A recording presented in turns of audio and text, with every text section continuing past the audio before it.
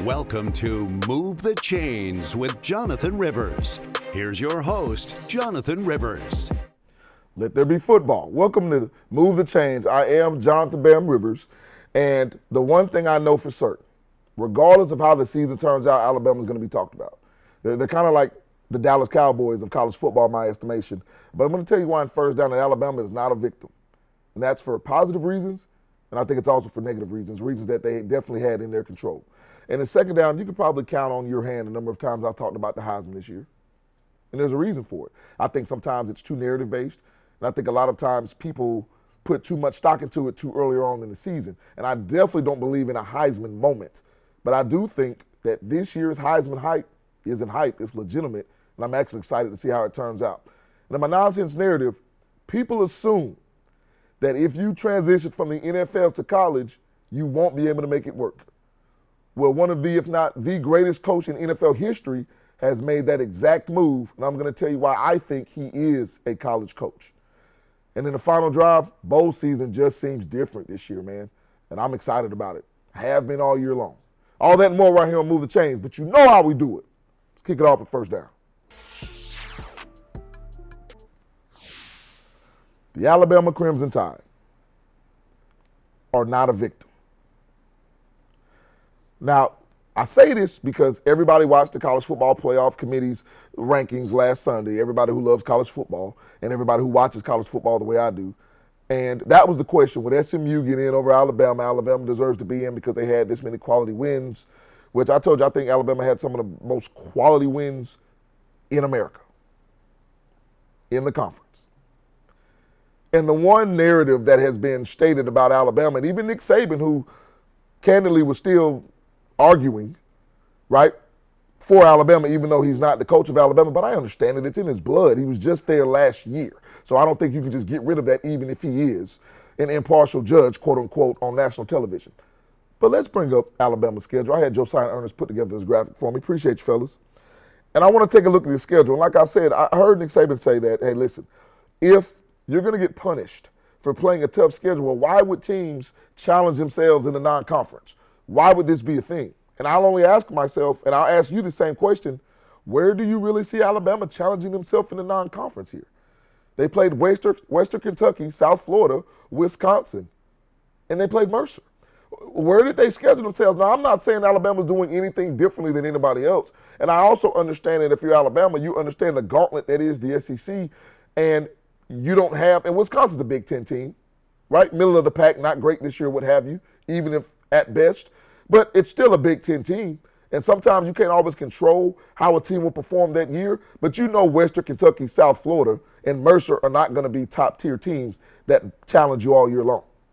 So for that reason, Alabama is not a victim and shouldn't be seen as a victim because in my estimation, if you win this game versus Oklahoma or you win the Vanderbilt game, you're in the college football playoff. I don't think there's any thought regarding that. Because you have to be talented, but you also have to produce. But see, there are other reasons why Alabama is not a victim. Alabama has 40 new players on this roster that they lost via the transfer portal. They had to replace 40 players, right? And Josiah was talking to me about this before the show. They only brought in like 5 or 10 new players. Alabama also had new coordinators than they did the year before. Now, that's nothing new in Tuscaloosa because with the success that Alabama's had under Nick Saban, he always saw a litany of coordinators leaving for better jobs or leaving for head coaching jobs or what have you. That's nothing new. But Alabama also had a brand new head coach this year. So you mean to tell me with 40 people who transfer out, even though you had a top recruiting class, new coordinators, and a new head coach, and a very tough SEC schedule, you guys are upset that Alabama didn't make the college football playoff? I just think it's a byproduct of the circumstances that they were placed in. And they were still almost there. And I'll continue to say this like I've said the entire season. Alabama, in this regard, in this respect, both of these statements were true. They were a college football playoff contender and a championship contender until the final rankings came out, and they were not the same under Nick Saban.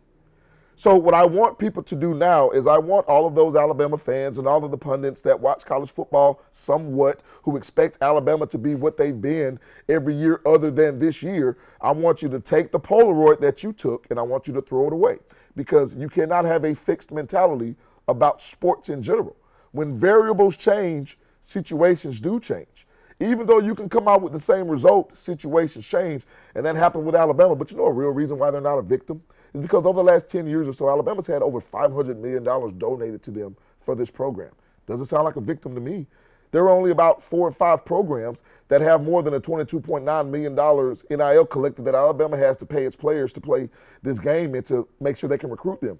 Doesn't sound like a victim to me. So while Alabama finished the season with 3 losses and they're on the outside looking into the college football playoff, they're not a victim because they didn't earn it in the games that they won, and are not a victim because they are still one of the most highly sought-after spots for players and coaches in college football. They didn't get it done this year, but I'm not saying Alabama's dead, and if you are saying it, I think you're wrong. All right, when we come back from the break, the Heisman hype is not really hype to me this year. And for me to say that, that's surprising. Back with Second Down here on Move the Chains right after this. Welcome back to Move the Chains. And before I get into Second Down and talk about the Heisman race, I want to first take this opportunity, as always, to thank my Lord and Savior Jesus Christ for the opportunity to host this show. And I also want to thank you, the fans, for watching, for commenting, for subscribing to the YouTube channel. It's a blessing, so I really want to thank you. And again, for the best production crew in the business, I'm talking about my director, Ernest, Josiah, the producer, JJ, who handles the social media part of this, Alex, who posts to the YouTube channels. I just want to thank everybody involved for making this show the success that it is, but Lord knows the success that it's going to be. So shout out always to the best production crew in the business. All right, you know what it's time for. It's time for Second Down. So I'm the type of person that can be impressed. Let me say that. And I'm not saying that I'm high and mighty and it's hard to impress me. The reason I say that is because when it comes to the Heisman Trophy, I'm always impressed with talent, but I'm always impressed with consistency even more than talent. And I think when I say that, I want to bring that up because I really believe that the Heisman Trophy has been inconsistent over the years. And the reason I believe this is because narratives, to me, win the day. I have a segment on this show called Nonsense Narratives, a lot in part because of what happens in the Heisman Trophy.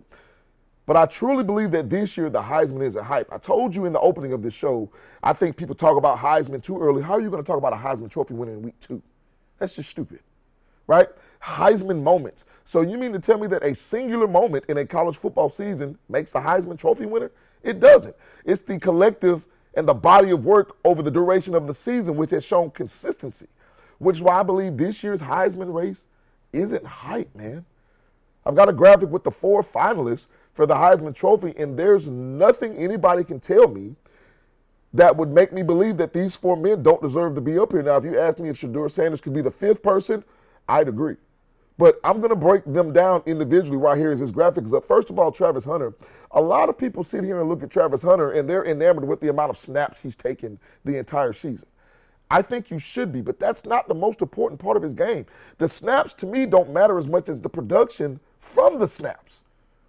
If this man led the collegiate landscape in snaps because he plays both sides of the ball, but he was an average player, what does it mean? He was on the field more than anybody. And some people would argue, well, that's the reason why he hadn't performed at a high level. The conditioning physically and mentally for this man is off the charts.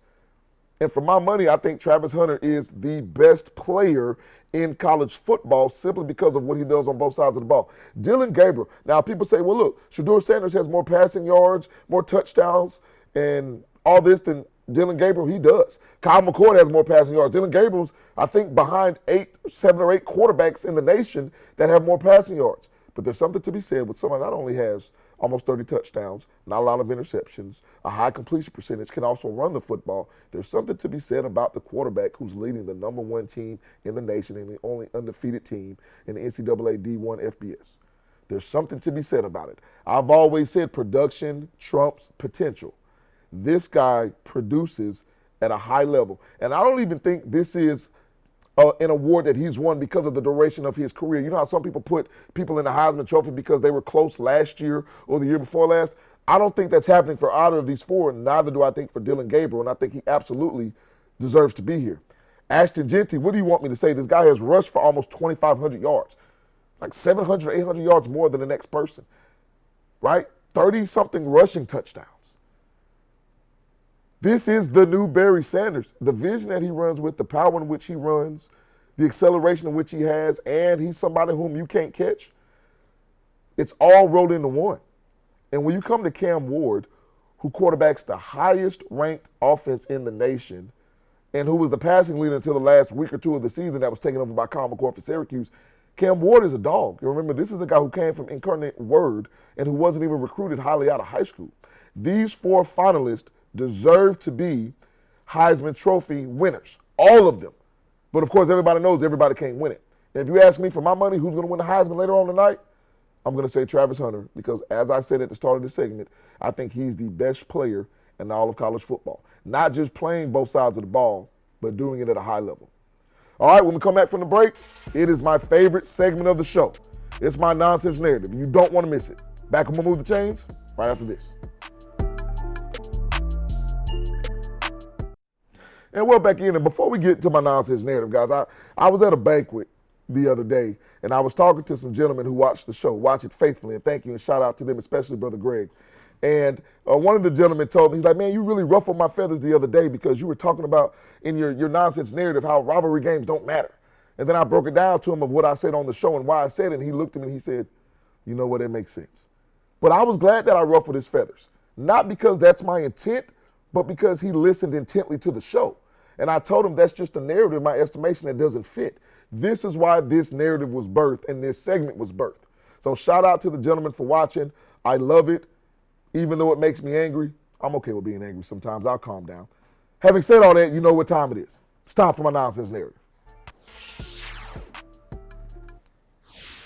So if you haven't heard, and I have a graphic I'm going to show you in a little while.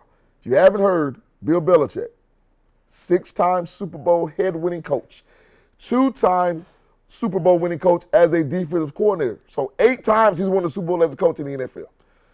Don't care if he doesn't have the all-time wins record that Don Shula has. Bill Belichick is by far the best head coach in the history of the NFL. He is now the head coach at the University of North Carolina. Now, for those of you that don't know his lineage, I think his father or his grandfather coached at UNC back in the day, so there's history there for Bill Belichick. But the narrative that I've been hearing, and not everybody, so I'm not going to act as if everybody's saying that he won't be a good college coach, because then I'd be creating a nonsense narrative. But there's a lot of individuals that believe that Belichick is not a college coach. And the reason that they point to it is because they'll say, well, what college coach can have come from the NFL? The games are just too different. NFL coaches, especially Bill Belichick, is so old, he can't relate to players. Well, let me ask you this about relationships first of all. How do you relate to somebody? Bill Belichick said that he's going to make this an NFL preparation factory. That if somebody's good enough to get to the NFL, he will get there because I know how to coach the game. I will get them ready in terms of their scheme, in terms of their position, in terms of their mindset. Plus, I have a lot of connections to the NFL. Is that not a relationship that players want? Do you have to have a relationship by being able to speak their lingo and listen to the music that they listen to? I think all that helps, but relationships are built differently. And before I get to my graphic, let me say something. I think Deion Sanders needs to be commended for what's happening here because he's a trendsetter. I've said it before. And now you're asking, why are you talking about Deion and you're talking about Bill Belichick? Well, because I think they're two individuals that are in the same boat, but they're completely different. Nobody thought Deion was going to be a success when he went to Colorado, other than devout Deion supporters. Well, he was at Jackson State, and he's going to Colorado. Well, Deion's never coached at this high of a level. Well, he's been around high school kids, and Deion was NIL before NIL ever was NIL. So to ask you, how does that transition to Bill Belichick, let me show you this graphic I'm going to tell you. Because the new NFL is what Bill Belichick is dealing with. The NCAA portal, it's the same thing as free agency. The NIL collective, the money that colleges get to be able to pay their players is the equivalent of the salary cap in the NFL.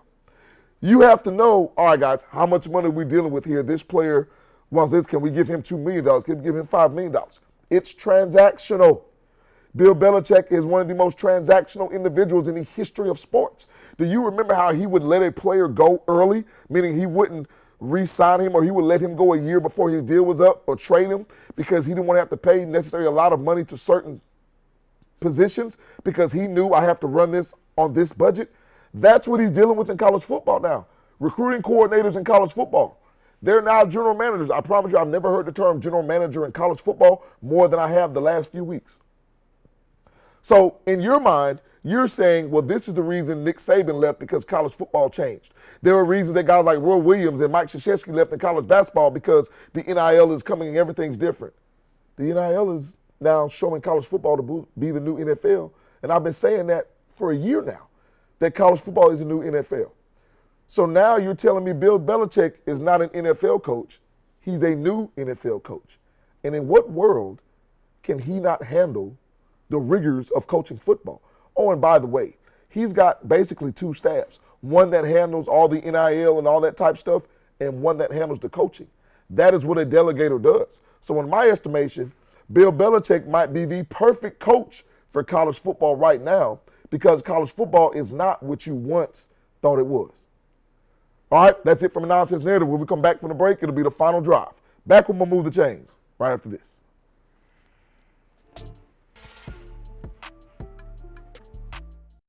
And welcome back to Move the Chains. It's been a great show today, and this is the final segment of the show, so you know what that means. It's time for the final drive.